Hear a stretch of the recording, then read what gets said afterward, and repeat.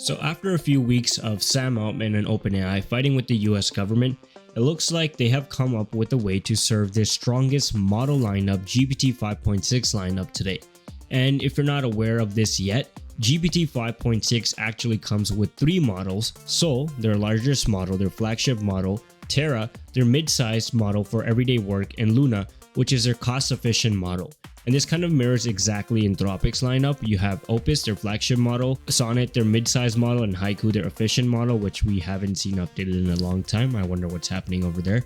But anyways, today I'm going to explain exactly what's new with GPT 5.6. We'll look at the benchmarks and see where it competes with Fable 5, or does it not compete at all. And we'll also look at what they say is improved in this new model.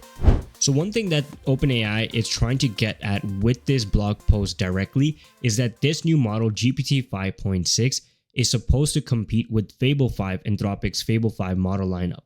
And they're not really shying away from that. They exactly call out Fable 5 and say that on Agent's last exam, which is an evaluation of long-running professional workflow across 55 fields, GPT 5.6 sets a new high of 53.6, beating Claude Fable 5 by 13.1 points, which is a big percentage difference if you're comparing it side by side.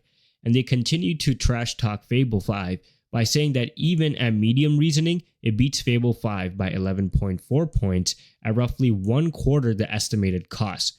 So this kind of tells you that this new model lineup, they're really competing on efficiency. Even this section, they're calling it efficient by default, maximum performance on demand. So they are really trying to get at that the way they have designed this model is efficient by default, and it produces the maximum performance. Kind of taking a shot at Anthropic, basically saying, yes, Anthropic has strong models, but they are not efficient. And that's something we all know. We all hit our rate limits pretty quickly with Anthropic's model. So this is why OpenAI is leaning hard on that angle.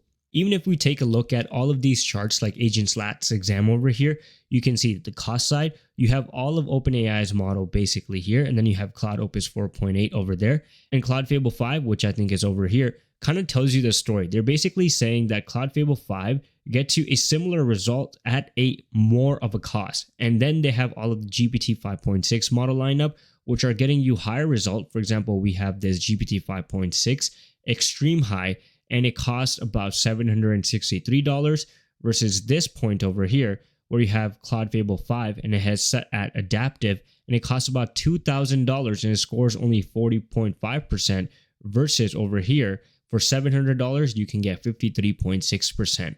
And then if we look at the Artificial Analysis Intelligence Index, which is an accumulation of a bunch of tests, you can see a similar story. You had Claude Fable 5 over here, the effort level at max, and it costs about $5,600 and achieves a score of 59.86. Then you have GPT 5.6 So, which is a little bit below Fable 5's performance, but it's only about 1 point, I would say, below 58.89, and it's almost like half the cost. It's $2,839. Don't quote me on my math, but that tells you how they're positioning this model, once again, being more cost efficient and producing similar results. Now, there's a lot of the benchmarks, and I don't want to spend the whole time talking about benchmarks. I'll put a link to the blog post so you can check it out by yourself. But a couple of areas we know that OpenAI models kind of suck at is front-end design. And they say that they have actually made a leap in design. And so we'll take a look at that. What is actually new? So they're saying GPT 5.6 delivers a step change in design judgment. So the reasoning behind design, the judgment that the model puts into when it comes to front-end work, is the thing that has changed in the back end. With only some sort of high-level direction, according to this blog post, GPT 5.6 is able to create tasteful, ergonomic, and functional interfaces. I really don't know what an ergonomic interface looks like, but maybe it's a design term that I don't understand.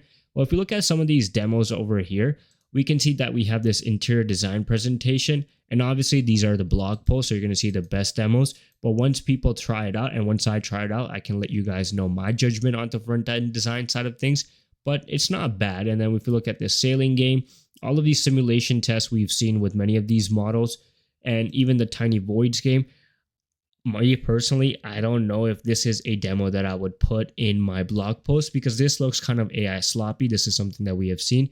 Maybe it's the design style, But anyways, the point is that they are saying that they have improved when it comes to front-end generation. Does it compete with Anthropic's model lineup when it comes to front-end, even GLM 5.2?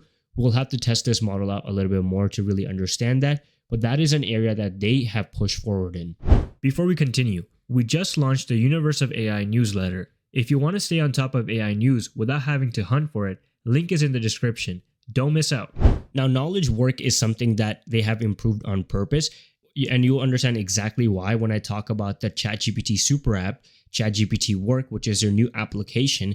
But knowledge work is an area that OpenAI has noticed that a lot of users are using their models for, maybe consulting work, finance work, or even just things to do actual knowledge work. And that is why they're leaning hard on improving the model's capabilities for that.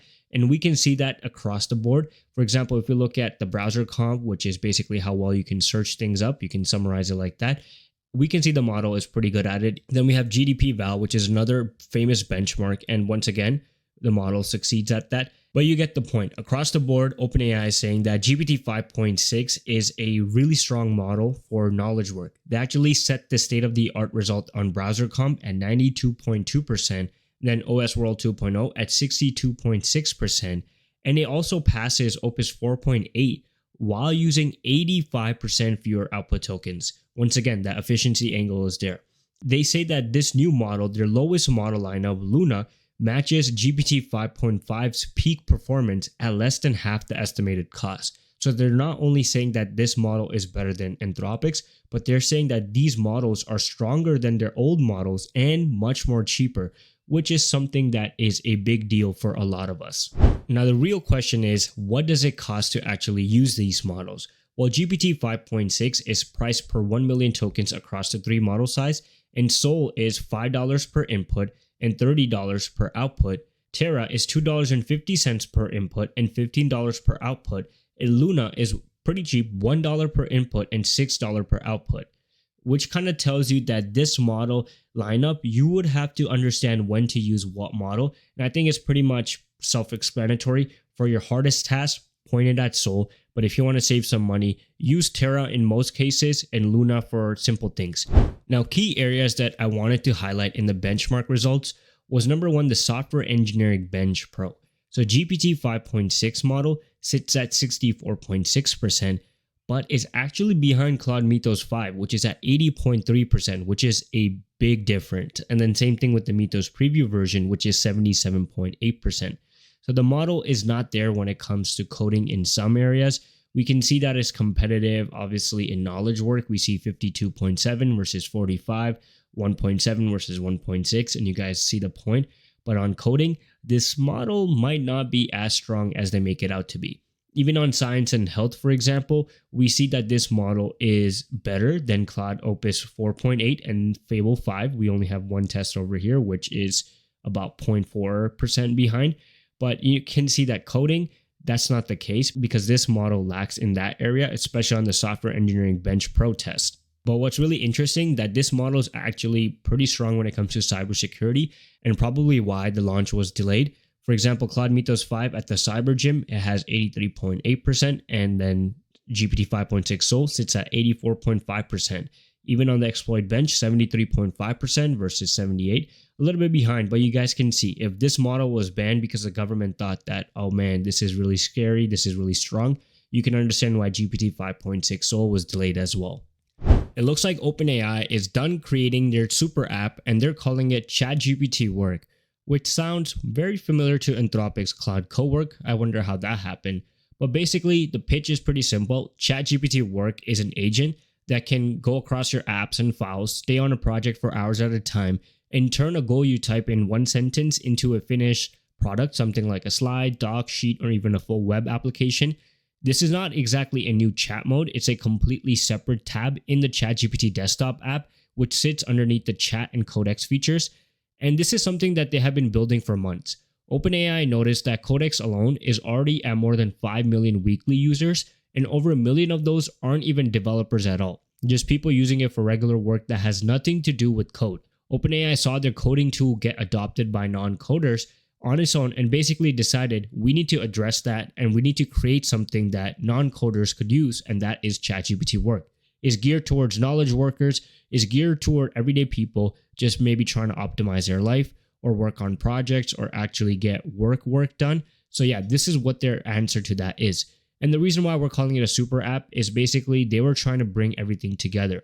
ChatGPT lived on the web, Codex was his own application, and people started using the Codex application for non-technical things, and they decided to merge all of that together, and that is what they're doing. Now, if any of this sounds familiar, it's because Anthropic already shipped almost exactly this idea, Claude Cowork, which went fully generally available back in April, which feels like a long time ago, but which is basically a separate desktop tab next to chat and code in the actual application. And it's also built around connecting your files and apps, scheduling tasks, and handling back-finish work while you're away.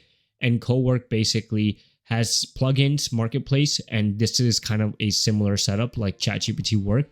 So yeah, it looks like both of these tools are a direct competition of each other, and we'll see in the long run which one actually gets used more. But that's it for today's video. Make sure you guys are subscribed to the channel, follow our new newsletter as well at universeofai.beehive.com, as well as subscribe to the main channel World of AI, and support us on X by following the Universe of AIZ as well. Until then, I'll see you guys in the next video.